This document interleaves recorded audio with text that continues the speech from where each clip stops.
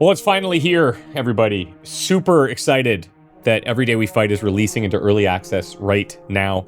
You can check out links down below if you're interested. This is the game I've been working on for over 2.5 years, and I'm so pumped to put it in front of you guys. If you want to support me in any way, shape, or form, obviously checking out the link would be great, and leaving a positive Steam review would be just immensely helpful. There's a demo you can play as well, but I do want to say this Let's Play is going to be very different from the norm. Normally I play games blindly. That's impossible here. I know one or two things about this. And this is going to be part Let's Play, part walkthrough, part developer commentary. I'll talk about a lot of the cool changes that we've implemented over time, some of the design choices that we've made, talk about some of the enemy designs. I'll dive into whatever. There's going to be some light roasting as well. I have some humility, and I'm able to poke fun at certain things. So it should be a fun time. Let's buckle up. Let's dive in here. This is Every Day We Fight, a turn-based tactics game with a roguelite element that hopefully you enjoy. While our countries were at war, the Rifters came.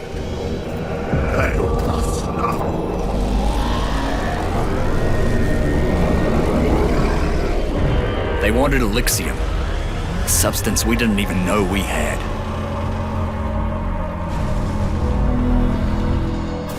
They put a dome over the city.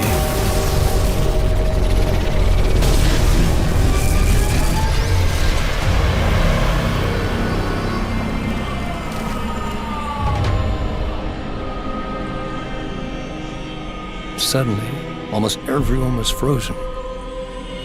Right where they were.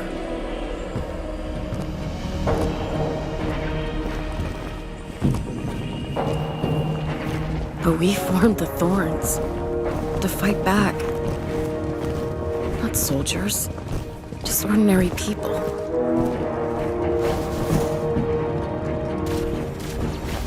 We're the last 3 left. But there's another survivor, Dr. Selena Faber. We think the Rifters are holding her prisoner at her lab. If we can get to her, maybe we can find a way to defeat the Rifters. Send them back where they came from.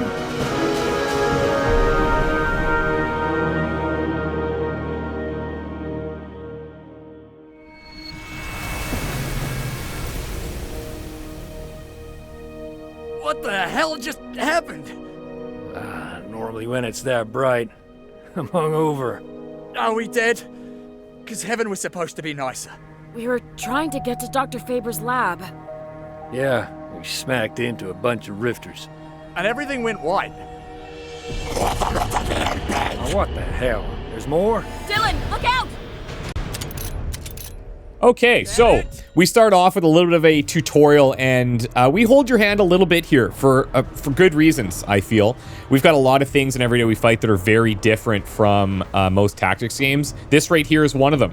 So we've got this scramble system where on the enemy turn, you're going to be doing stuff. So right now, we are getting a grenade thrown at us, indicated here. I'm going to trigger this. I could ignore it if I'm not in the tutorial here, but I'm going to be triggering this and running into cover away from the grenade that was just tossed. Okay, cover. Let's talk about this a little bit. There's no percentage chance to hit. Everything is based on line of sight. It's projectile based, so if you have a shotgun, those pellets, they're going to spread, and if that can like squeak through a crack in their cover, like that can happen. Aiming and shooting is different too. It's not all top down. We're in here and shooting real time. A lot of people have compared this to a game like Phoenix Point, but in practice, it's very different. This is more of like an FPS third-person shooter vibe than Phoenix Point. So on a single-shot weapon, you're just going to shoot, and that's simple enough. But when we have an automatic weapon, you can like click for a single shot or hold for full auto, and there's really good reasons to do either or that I'll kind of talk about. I'll probably share some of the little ways to make combat a bit easier on yourselves if you're struggling. So I'll have a lot of tips throughout this video as well. My turn. I got something for these sons of bitches. We're going to throw our own grenade here, and I want you to notice up by the names of the enemies, the Guardian here and the Engineer, they've got these little reflex action icons, and that means that they can and will try to scramble away from things. So generally, leading with the grenade, probably not the best idea, and we wanted to show you what that could look like here. So we throw this. This Guardian scrambles away. The Engineer, a little bit unfortunate. Leave it to me. Gets Just need to get a better angle. slightly dismembered in the most loving possible way. So here's something that I think is really, really cool. If you're standing on a full cover here and you've got space on either side, you can obviously lean out to the side that it defaults to, but you can switch your shoulders and go to the other side. Not novel in first-person shooter games or anything like that, but very novel in a tactics game. That's what I'm talking about. So we're going to reload. This is another thing that I feel we could do a better job on tutorializing, because people just tend to forget about this. So I kind of feel like later on we should reintroduce this and remind people that you can zoom in and you can hold your breath to get a much more accurate shot. Alone. Okay, so we're going to end our turn. These We're not out of the woods indicators here, and you see the hologram looking things behind cover. That is not just telling you where enemies are, that is telling you their last known location. And you could, in theory, get confused by that.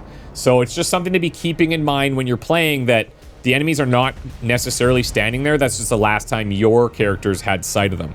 Okay, so we're going to trigger a scramble here to break this line of sight, and we'll drop in maybe back here. Now, we are going to take some hits. Like, we're out in the open, and they're very likely to hit us. They could miss. These guys, the Engineers, these are like the most basic grunts. Dylan's taking a little bit of a whooping here. And there's a couple of bad things about being injured other than the obvious. AP, I think you guys all understand how AP works, Okay, so we're going to skip that. do this. But Dylan is now suppressed, and he's critically injured. So when you're injured, you actually have your maximum AP reduced, and then suppression actually does the same thing. So it makes your gun more expensive to fire. And so, like, that combination of status effects is pretty tough to deal with. This is a hard game, by the way. All right, so let's try and get out of this as best as we can. Let's go up here and hopefully pop this guy. Almost. Let me switch to the pistol here. Now, everything goes in slow motion. We can, like, lead the guy a bit. We used to... Here's a full auto shot that I'm being completely accurate with. Now we're out of the woods. I still want to know where that light was. Last I checked, Rifts don't use flash tactics. Figure it out later. Let's just get to the lab. That rifter back there nailed your arm pretty good, huh? Ah, it's a scratch. So, we're still good. Well, shit. Damn bridge is blocked. Let's shoot the van's gas tank. See what it does. So I'm going a little bit fast here Let's go. for the dialogue, and my apologies if I end up cutting any of that off. Bandages here. It's my lucky day. Let's see if we can't patch you up. So obviously, we want to teach you here that you can find things in the world that will heal up your characters. But one of the points I was going to make is that we used to have a timer on that scramble, so when it would come up, you'd have a limited time to make your choice. You worked for Dr. Faber. Yeah? Did you ever meet her? My team gave a presentation. She asked the most terrifying, out of left field, why didn't we think of that questions? I managed to answer some, so she put me on her team. My lord, she's smart. I guess we better save her then. Now, one of the things that we are going to work on in the future is our jump animation. I am keenly aware of how This reminds incredibly me of my sister's bedroom. awesome it We're gonna looks. have to find a way around all this. Or through it. Somehow. And so this is Big really enough set up explosion, this comes down. to teach players that you can interact with the environment, specifically cracks in walls using explosives. So we created this little system here to teach a couple of things. One, that I think we environment. can shoot that gas tank. And that makes a hole in the wall. But two, we're going to teach you something very, very important about the game here. When you are in cover, and you go into your aim view, you can lean. So typically in tactics games, hitting people really close to you, below you, is extremely difficult. And this is a system that I think works extremely well. It's super fun to use. That's a nice little hole in the wall, eh? I use it just all the time, religiously, constantly. It doesn't cost you any AP to use. Dream more than once? I dreamed this was all a dream, and I woke up, and everything was okay. I dreamed I was a rift once, and I knew what Elysium was. Wish I still remembered. We have legs made of steel, okay? That's what's working there. It's just trust the system. Another neat little thing that What do we've you think done. it was like when they got frozen? I hope they didn't know it was coming. I hope they're not still there, looking out their eyeballs, which they can't move. Oh, for heaven's sake, Dylan. Of course they're not still there. That's horrible. Looking out their eyeballs, Don't. which they can't move. Frozen people. The way the rifters can make holes in the air. Can't see a pattern. Maybe there is no pattern. Just a big, universal, colossal mess. There's always a pattern. They just don't want you to see it. You're one of those tinfoil hat conspiracy guys, aren't you? Don't knock tinfoil hats. The dome didn't freeze me, did it? Were you wearing one when the dome went up? Well, no. But I could have been. So what I was going to say is one of the cool things that we've got is this sort of dynamic dialogue system where depending on who you're controlling, they are going to lead the conversation in different ways. And I think it's like a really nice touch in a lot of areas. Heads up. Rifter engineers in the parking lot. And guardians. But inside? Who knows? We better take these ones out so they don't follow us inside. You know, gas canisters don't only work on walls. Just saying. Gotta say, Leo, sometimes you're not a complete tool. Hello, Riffs! Leave the left side to me. Okay, so now we're going to teach Overwatch. Overwatch in our game is a double-edged sword. Overwatch in most tactics games, insanely strong. Here, risky, but can be exceptionally strong. So the trick with the Overwatch is that it's going to require that you have a reflex action available. But if you recall earlier when I pointed that out on the enemies, we use that for scramble just like the enemies do. So if we Overwatch and we start getting shot at, we cannot scramble out of that. And that is an inherent risk. So that's what basically this is explaining. Hey, now let's wait and see what they do. So you can choose to trigger the Overwatch or you can ignore it. We're going to obviously go ahead and trigger this here. I'm going to also zoom in at the same time and try to lead him a little bit. And that was sick. Where that came from? Going to teach you a little bit about the last known positions here. And you'll see these guys kind of pop in and out of that hologram sometimes because we're gaining like a slight view of them through a window or something. Okay, so we're getting shot at here. Now, one thing that we're going to work on in the future is try to do a better job of showing you which specific enemy is shooting you. Most of the times it's pretty obvious, but not always. And so we're going to work on some ways to do that. If you guys have ideas for how to show it here, that would be great. Maybe some type of specific icon or what have you, or maybe the bullet starts coming out of the gun a little bit and then this happens. It's a little tricky, but I'm open to hearing your thoughts on it. Let's just pop back here and break that line of sight as much as we can. Shit. Okay. Careful, Dylan. Fuck's sake. Let's clear them out of the lot. Let's So- not have any more surprises. We do also have a damage preview here, and you can see that from the location that you're going to, and it's just like flashing red as to the potential amount of damage that you can do. And then also when you're aiming, it shows that. I think it's pretty intuitive. We've had some people feel like it could be more intuitive, but we'll continue to work on that as well. Another one down. Another one down. I love Dylan's accent, and a fun fact about that is that Dylan actually had a different voice actor for the longest time. We really only integrated this new voice actor like Feels good. 6 or 7 months ago, I want to say. Got this. And he just absolutely nails it. I think it's like a really cool, like funny vibe without being too over the top.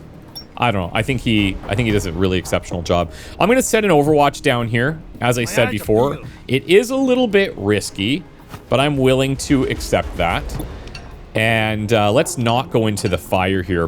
One thing we want to do shortly is implement a thing showing you, hey, if you go in here, you are going to burn. Like, there's some type of extra indicator, but that'll come with time. So we do have some sight on this guy, which is a little tricky, and you can sometimes, like, pop out like this and just tap, which is maybe not the most elegant solution on a controller. Maybe this is a bit easier, but on mouse and keyboard, you could do something like this and take like a tricky little shot, but I don't even think I'm gonna waste that, to be honest. I'll carry over AP. We can carry over a maximum of 5. So I think we'll pop here just to break line of sight a bit more. We've got this set down, that's fine. And right now, we only have a couple skills to use, but they all have their own skill trees. We'll get into that. Let's stop this here. We're gonna trigger this. We've come out the side I'm not pumped on. Oh, where are you? Oh, jeez. We got him. Now that little fling there, that's a bug. It's a bug. And I know what's causing it, and I'll explain it in a second here. Okay, we're getting shot. We'll try to break this. Beautiful. Now, we have reinforcements coming in, if that wasn't obvious. That bug with the flinging corpses is if you kill an enemy and then you come out of aim view, it will fling the corpse. And like, in a way, I kind of love it. Like, I don't totally hate it. Now, notice too, if I'm targeting the body, you get a different damage preview than if you're targeting the head. The head gets a lot more damage. Recently, we just buffed this sniper damage because we felt like sniper rifles, they cost a lot to use, and these Guardians are technically one level above engineers, but it felt really bad that you would shoot these Guardians with a long haul sniper rifle and they wouldn't die because they're still weak. And if I'm hitting them in the head, these guys should die. So we fixed that, and I think it feels pretty good. Now you might be wondering, like, okay, you're gonna take that shot. Like, is there a possibility that you can miss? Impressive. And the answer is yes. And I'm gonna kind of show you how that works. So this big circle in the middle of the screen, bullets can land anywhere within that. They are weighted more towards the center. I believe we've got it at a 50% weighting towards that dot, so more of your bullets are going to land in the center than outside the reticle. But your bullets can go anywhere within there. So, for example, if I was shooting like this sandbag, because I've only got, let's say, half of the sandbag in there, theoretically half of my pellets could miss that. Does that make sense? Another thing you might be noticing is when I'm looking at vehicles, there's like this big red ring. I'll maybe look at it from a different character here. You can blow up vehicles. They have their own health. So yes, you can blow up the canister, but you can also just shoot the vehicle multiple times to do enough damage in order to blow up the entire thing, which is pretty sick. And that's true of any vehicle that you find in the game. So, enemies are coming in here. It's going to be a cutscene. Spoiler. What is that thing? You think you'll kill me again? Huh? What son of a...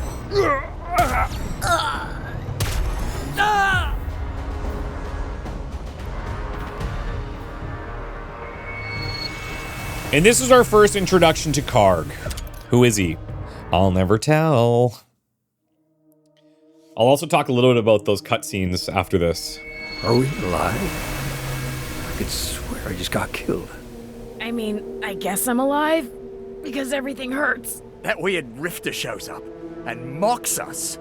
Then boom! Yeah. When the hell did they learn English? And why did it say again? Also, we're not in the parking lot anymore. And it's a bright sunny day. We'll figure it out. Right now we gotta get to the lab and rescue Dr. Faber, right? And find us some more guns. We seem to have misplaced ours. Are you wounded again, Dylan? How'd you get hurt? We all got killed, remember? Why aren't you hurt? Yeah, but the exact same wound? I love Dylan's writing. He's my favorite character by far. We could shoot it again, I guess. Feel free to blow up whatever you want. just for fun. Let's move. A couple of bandages and a grenade. Weren't we here before? And there was just one set of bandages? And we grabbed it, right? Why is anything here? That's weird, right? Not as weird as we died, but we're not dead anymore. Correct. Definitely Right, not as weird as that. Karg said again. Karg. That's what I'm calling him, because he said, Karg, you won't kill me again. I thought he was calling us Karg.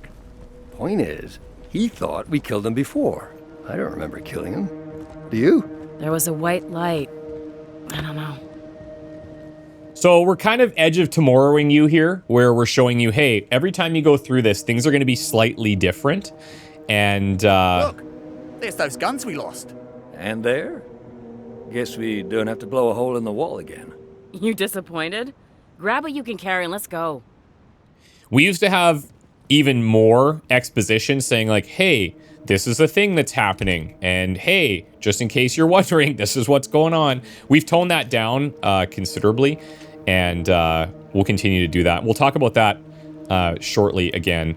But now, hopefully you remembered that this wall was cracked and you blew it up with an explosive. And so we want players to look at this and be like, oh, can I blow this up with a grenade? And actually, I was watching my buddy Splattercat's video, who checked this out the other day, and he did that exact thing. He got to this point and he's like, oh, I wonder if I can blow that up with a grenade. He's like, if I'm ever going to find out, this is the time. And that was like, he didn't know. Like, I never talked to him before he made that video about Every Day We Fight and like when it's coming out or anything. He just made it. And so it was really cool to hear somebody's thought process of things from a different perspective, because I'm used to doing that all the time, like being the guy that's sharing my thought process. But now that I'm involved in the design of the game, like, that is such a fascinating thing to watch and listen to people play your game. It is bizarre. Anyways, so that worked as intended, and hopefully people pick up on this. We did think about like, oh, maybe we should paint this yellow and kind of do that whole video gamey thing, but I don't know. I think people are smart enough to figure that out, and if not, that's okay too. You'll hopefully learn it over time. And as a reward for doing that, we're giving you your grenade back, because we don't want you to feel like, oh, you know. I wonder if someone put chips in our brains. Now they're changing our memories. No, Leo, that is not something I wonder. The simplest explanation's always the best. I did mention I wanted to talk about the cutscenes a little bit. So those illustrated cutscenes that we have, those are more of a recent addition in the past Guys, the bus is year or so. There's no way we're making that jump now. What do you want to do? So we've got a thing here where we want you to figure out that you can blow this gas canister up, and that'll move the bus. And there we go. That did it. Come on.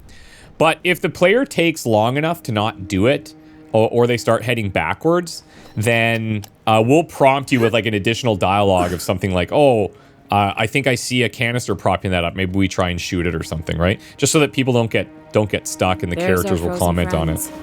I guess some things don't change. Poor souls. 1 minute you're putting your food in the freezer, then... Then you're frozen. Funny. I get it. Clever. Could we talk about something else, please? I hope we're right, and Dr. Faber isn't frozen too. You said the Rifters have stuff she was designing in her lab. So they gotta be making her work for them, right? You can also just like shoot certain things in the environment, and they'll interact with you. I believe this sign, yeah. So I don't know, it's pretty cool. There's a lot of like physics-based stuff in the game, and just shoot at stuff and have fun with it. But yeah, those illustrations are a recent addition, and they're super cool. I think they're extremely well done. And that was done for a couple reasons. Number one, animating things is extremely cost intensive and extremely difficult to do well.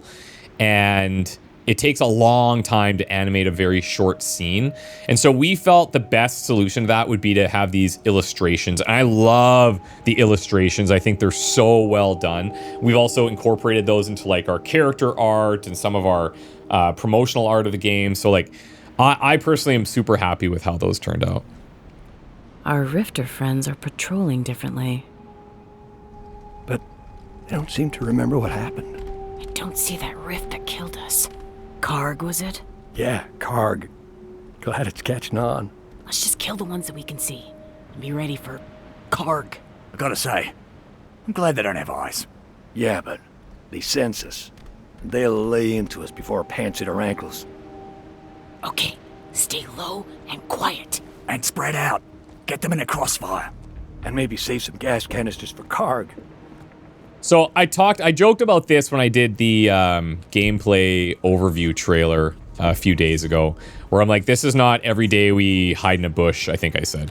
And that is true. This is not a stealth game, but we do allow you to set up the engagements however you want with certain parameters. Like the closer I get to that guy, the larger his detection range is getting.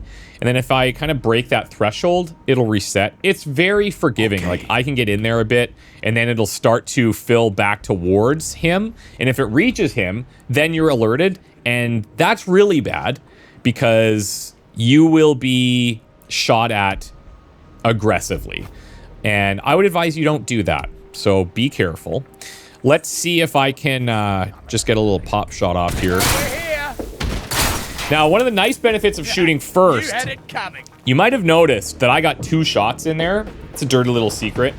But if you're shooting with like an automatic weapon or something that fires quickly, like the shotgun or the assault rifle, the hailstorm, then you can get a bunch of bullets off and then your AP resets. So if you lead off with a sniper rifle, all well and good. That'll be a free shot. But then you're going to have to reload it, barring you don't have any of our attachments on the guns that help with that stuff. But that is just something to consider, and a little bit of a insider pro tip that we don't really explain very much. Dropped another rifter. For good reason. We want you to figure some of that stuff out. But now that I've told you, you guys know. You guys know. Okay, so in the middle of the screen, this is something that has confused people, and I totally understand. Single shot, 4 AP, and then full auto, 4 plus 2 AP per bullet. People are like, how do I switch to like full auto? The difference is you just click the button on your mouse or you just hold the button. That is literally it. We try to keep it as simple as possible. Maybe there's a better way to represent that. If you guys have thoughts on it, please let me know. Are you kidding? Are you kidding? Okay, but that's a pretty good example of how the bullets can spray within that reticle. He does have a finger sticking out, which I could maybe take advantage of. Let's see what I can do here. I do have some other threats back there, but I've got more than the finger sticking out. You know what? I'm gonna save some AP. We'll take that. Thank you very much. Toodles, bye-bye. Okay, let's just break line of sight with Vivian here. You don't have to be in cover. That's another thing that I think people coming from XCOM tend to struggle with when they're playing this, is just the reliance on like ending your turn fully in cover. You can be just behind a big ass car and like that's just as good. Sometimes even better, because in low cover your head's kind of popping out. In full cover maybe your limbs are popping out. And then you can play around a lot with your reflex actions. So if you're saving them for scrambling, really I would encourage you to be considering that in your overall strategy.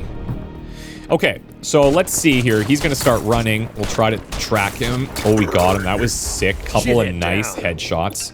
Bye. Keep it up, Thords. This Guardian has overwatched a questionable area. Enemy AI, or AI in general, is an extremely tricky beast. And we've gotten a lot better at it, for sure. But as you can tell, like, some situations, it's not the best. But this guy over here, he probably didn't have good visuals on where we were at. So he's like, well, maybe they'll come through this side passage, right? So I'm going to switch shoulders here. Toodles. Stay sharp. I think Karg's coming back. Okay, so Karg is coming in from the roof. I am going to get inside here. And, well, I'm not going to get as inside as I would like, am I? Nope. Let's do something like... You know what? Maybe I just leave Leo here.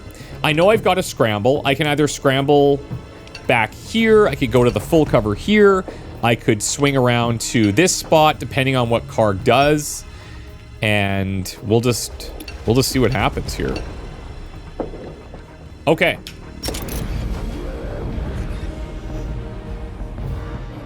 it is. Do I really have to kill you again? This time stay dead. Incoming!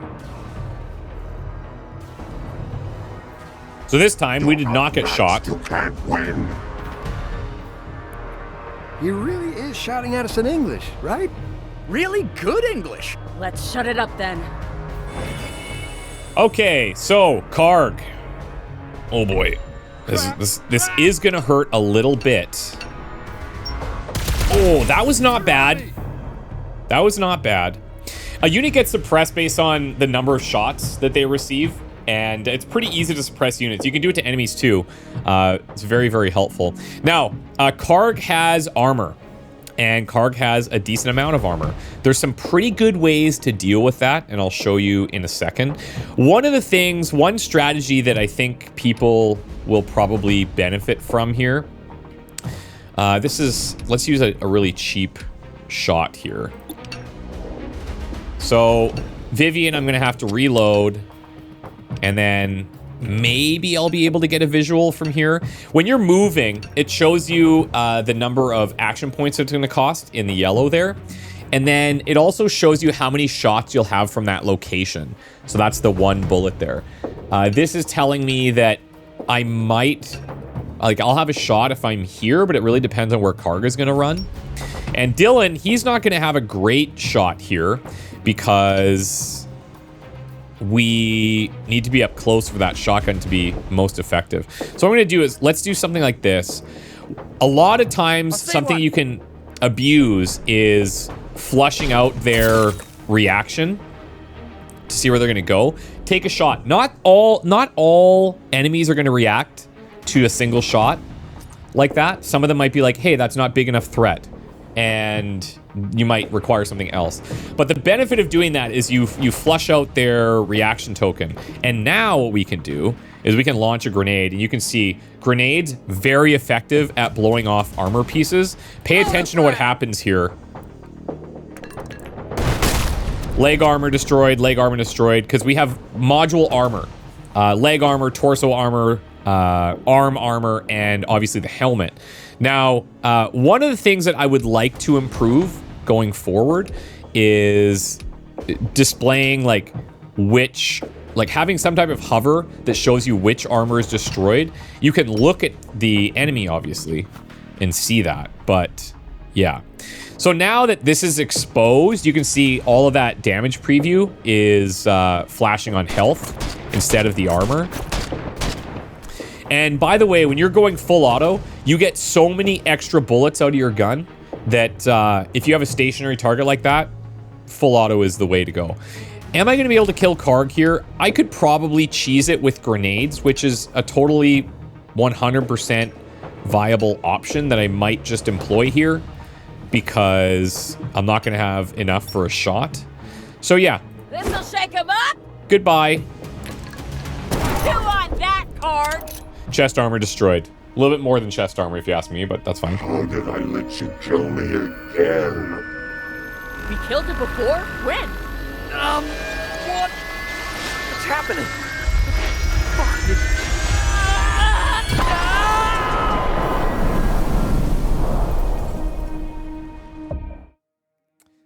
Well, it's Groundhog's Day again. God damn. Or is it? It's morning now. And we're back on the bridge? I think we jumped back in time. We what? Jumped back to the last time we were here. But Vivian, it's a different time of day. And totally different weather. I don't know, maybe it's a different timeline, but earlier? Okay. How? Could be something to do with the dome. Or the portals. I don't know. Dr. Faber could tell us, I bet. Then let's go get her. While I quietly freak out. So at this point, this is something we're going to be changing, I think, in the future.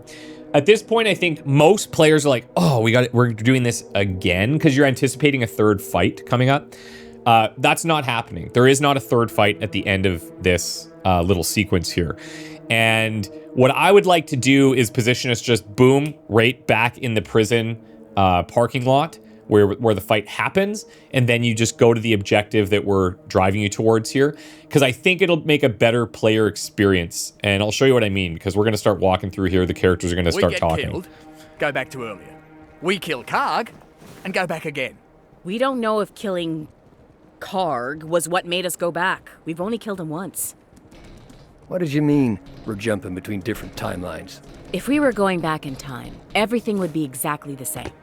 But each time, something's different. Theory says there could be multiple timelines, all running parallel. The closest ones are like ours, mostly the same things happen. Farther out, things get weird. Strange. Parking lot's empty. Where'd they all go? Maybe Karg didn't like getting killed so much. Hopefully they're not waiting for us inside that building. Hopefully Dr. Faber is. Well, let's get inside before Karg changes his mind and shows up.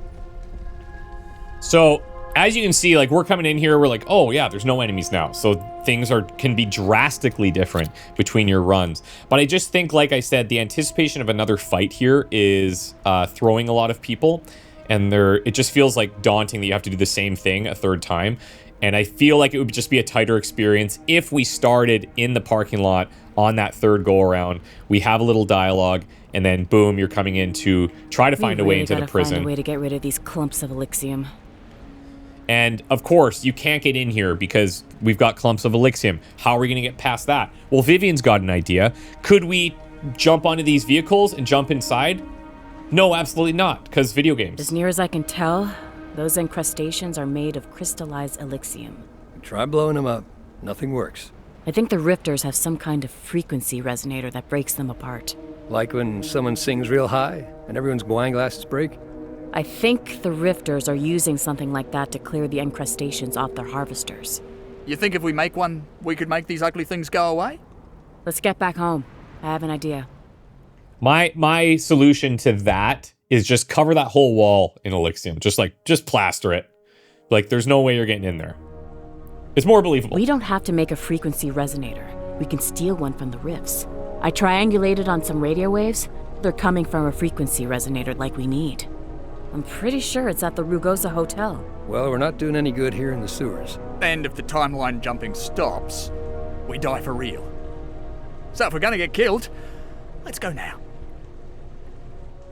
And so this is where we learn that the Thorns' hideout is inside a sewer. Is it Ninja Turtles? Gather the yes. supplies you need. Could get busy in there. Is it awesome? When Karg killed us, also yes. We went back to the shoreline. After we killed Karg, we started waking up on the bridge, closer to Faber Labs. If we kill Karg again, maybe we'll start waking up even later in the day. Sure, let's roll the dice. What's the worst that can happen? Now, this right here is a crafting bench. It's not unlocked yet. And if you have a keen eye, you're going to notice some stuff in the top right here that I haven't talked about yet. But you will find scrap in the game. And we have plans to develop that over time and maybe have specific types of scrap. Right now, you find scrap, it's scrap. You can build, there's a ton of different attachments. And we'll get into that shortly. But just know that you will have the ability to craft stuff in your hideout. Now, one of the things recently that's changed is after that tutorial that we just went through, normally you'd come in here, have no guns. But what we've done is we've given you these guns that you guys had in the tutorial. And then we provided you with 3 additional random guns. So right now you've got a sniper, a shotgun, and an assault rifle. There are a couple of other weapons in the game. There's a ton of attachments in the game to make those weapons very different. And the reason that we're doing this is so that you have a little bit more choice over what you want your loadout to be. So for example, in this drop, I've got a long haul, the hailstorm, and another hailstorm.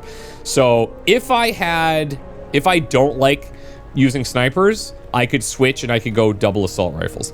I think I'm going to keep one of each for now. I tend to use a sniper on Vivian, I tend to use a shotgun on Dylan, and I tend to use an assault rifle on Leo. That doesn't mean you have to do that at all, by the way. So just keep that in mind. Now, also, these frag grenades, the bandages, this is all random. You may or may not get these things. So keep that in mind.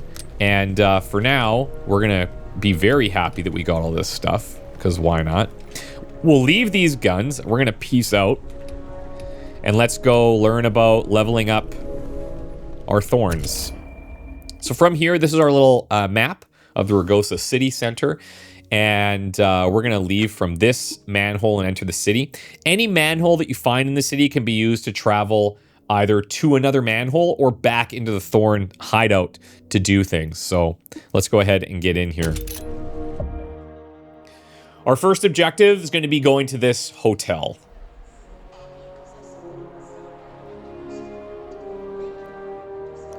There's the hotel. I figure they'll start shooting at us pretty soon.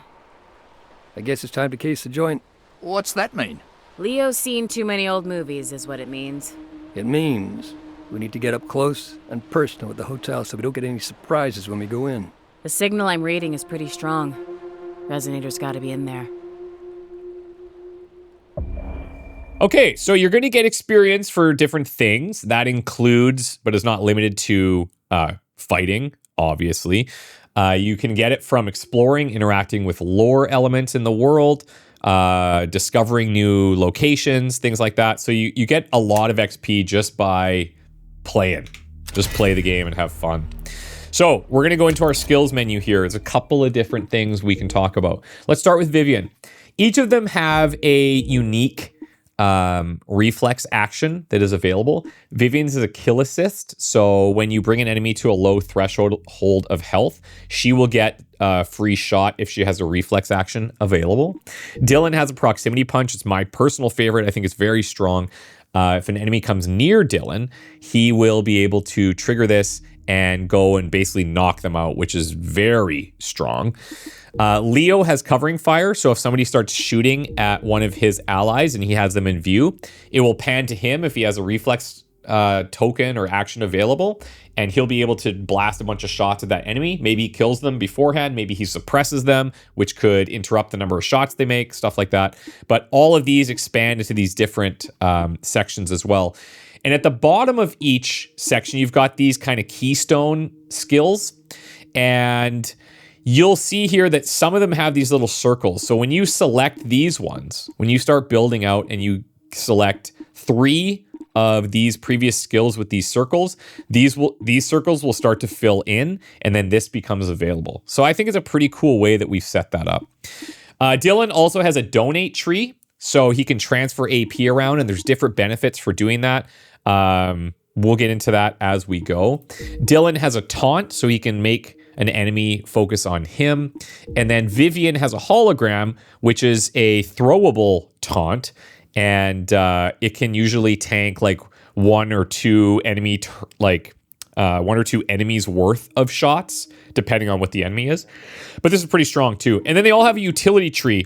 At the top, they all start with additional health, but then they go into a lot of different things depending on the thorn. So we'll explore those. I think for now, what I'm going to start with, and if you wanted my like recommended beginner build, I would say go ahead and grab proximity punch. I would say go ahead and grab hologram. And then I would say go ahead and grab AP donating. These are quite strong in my opinion for different reasons, but I'll try to show you them in practice, and then we can go from there. The other thing is that you are able to, anytime outside of combat, you can just come in here, you can just refund your skills. Just refund them, try different things. So let's say I wanted to get rid of that, and I instead wanted taunt. Okay, cool. Do that. Like, we want you to just have fun with these skills and like try all the different skills, experiment with your builds. This is something that was really important to us, and I think we've got it in a pretty good place. So let's start heading towards the hotel. I will go and explore a couple of things here. This is just explaining what I explained, how we begin runs. You're going to get drops of random weapons, gear, etc. And every time you find a new weapon or piece of gear in the world, it gets added to your, what it's called, loot table. And that is what can influence what drops inside the thorn stash. You'll find these little question marks around on the map, And those are signifiers to you to come back at a later point and try to find whatever's there, because you are going to find some blockers, and I'll show you that right away. And then these are the things that get you through these blockers. This is the incrustation dart that we are talking about trying to build, these resonator darts. And then this, I won't tell you yet. Okay. So let's just go check things out. We try to do a pretty good job of like showing you the things that you can interact with. I wonder, when the dome comes down, will we go back to killing each other? You think we could fire this thing? We just need a few cannonballs, some gunpowder, and a way to get the rifts to stand in front of it for 5 minutes while we load it. I mean, that could work. That could work. So look, something like this. What's in there? This is a very basic one, okay? You're going to need to be able to break these in order to get there. Getting back there, impossible. You cannot climb this. You know, video game characters, they can't climb. They can barely fall with style. So we're going to have to find something in order to get back there. Let's carry on, shall we?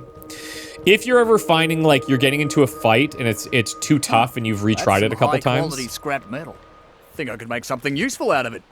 If, you know. If we live through the day? Yeah, cheery. Let's back it up then. This is a new addition as well. We got a lot of feedback about just the standard running speed in the city. So now you can sprint through it, and I think it feels pretty good. And now it's kind of like just my default mode of getting through here. But my point was, if you're finding a fight difficult and you die and you're back and you're restarting and you're trying to level up your characters, one really easy way to do that is just go and explore the city a little bit. Try to find some things you can interact with, and you'll maybe be able to get enough to get an additional level. So let's see what we got here. Some more scrap. So I've got 115 scrap there. I think the cheapest item is 300 scrap. We got another way underground right here. That's a bit of a baseline for you to be considering. That was like the saddest amount of scrap ever. So now we unlocked an additional fast travel point if we wanted to use that. And it just unlocks by going next to it. You don't have to actually like interact with it or anything. I don't like cats. But a smudge cat I would pet. If I could. Smudge cat. We do have a couple of frozen cats around here. What's the dome made out of? Ask a riff. Live a little. Well, one of the Okay. Heat levels. I'll talk about that after the dialogue. scientists at the lab said if you could modulate the speed of light inside a bubble, it would be impenetrable. He also said that someone stole his hands and replaced them with exact replicas. Okay. So we've got some newspaper stuff that you can read. A newspaper with an article on Dr. Selina Faber. Headline reads, "Warning, wizard at work, blind scientist has no distractions." So we give you a little bit of insight into Dr. Faber here. Huh. Dr. Selina Faber has a unique way of seeing things. And What exactly did you do at Faber Labs? Science stuff. What kind of science stuff? How's your matrix algebra? Seems too quiet. I expected there to be a ton of rifters here. Hear that? They're all inside. Fair enough. You expect tourists in a hotel? They're not gonna let us sneak in and steal the resonator, peaceable like. No, we're gonna take them out first and then grab it. absolutely we are. So if we take a look, this is just talking about multi-floor visibility, but that should be pretty standard if you've ever played any tactics games. You can see in here how much XP each of the characters have, and they will level slightly differently depending on like who's doing different things. You're also going to notice these little barriers. So when you enter into these, that's saying, hey, you're in a combat zone up at the top there. And that is signifying you're probably going to be throwing down here. If you initiate a combat and your characters are split up or anything, like everyone's just going to teleport to you. Simple like. Now this heat level thing. Every time you take a fight, the heat level is going to go up a little bit. The heat level means you're going to face more enemies, more difficult enemies, and the upside to you is that you're going to get better drops. So higher rarity attachments and higher rarity consumables. So there is a trade-off there, and you know, it's just going to get tougher. That's how roguelite is. And we want you to have fun with it. I think what we'll do is wrap up the video here. We just had a quick save right before this, and we'll take a break. In the next video, I'll show you the hotel encounter, and I'll show you and talk about some tips of how I'm going to handle that. Then we'll probably start getting into some weapon attachments. We'll start getting into a little bit more of exploring areas between these combat zones, and I won't spoil anything else, but that's it. Thank you guys so much for watching. Please like the video. That would help me a lot. Check out the game down below. It's available now in early access. We've got a pretty mega discount on it for launch as well. And again, if you could leave a positive Steam review to help us out, that would just be, I would be immensely grateful. So hopefully you've had a good time. Please hit me with any comments down below, any questions. I'll be in there. The dev team will be in there. We're all super excited to show this game to you. So have fun. And this is Every Day We Fight. We'll be back next time. Bye.